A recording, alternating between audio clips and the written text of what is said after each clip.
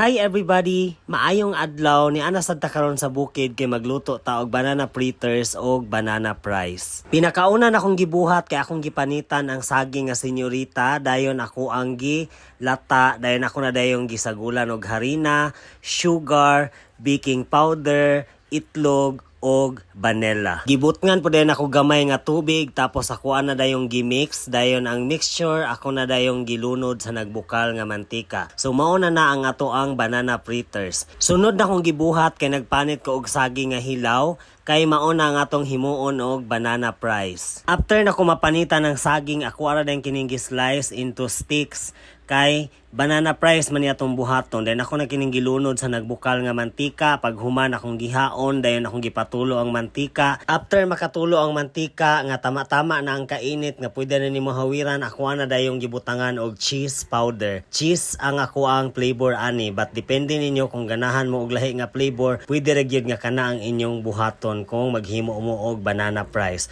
So ako ra din ang giplaster ang banana fries kay para nindot siya tan-awon sa ato ang video. And that's it, naluto na nga ato ang banana fries o ato ang banana fritters. O unsa pa atong gihulat, mangaon na ta og daghang salamat sa inyong pagtan-aw. Bye everybody.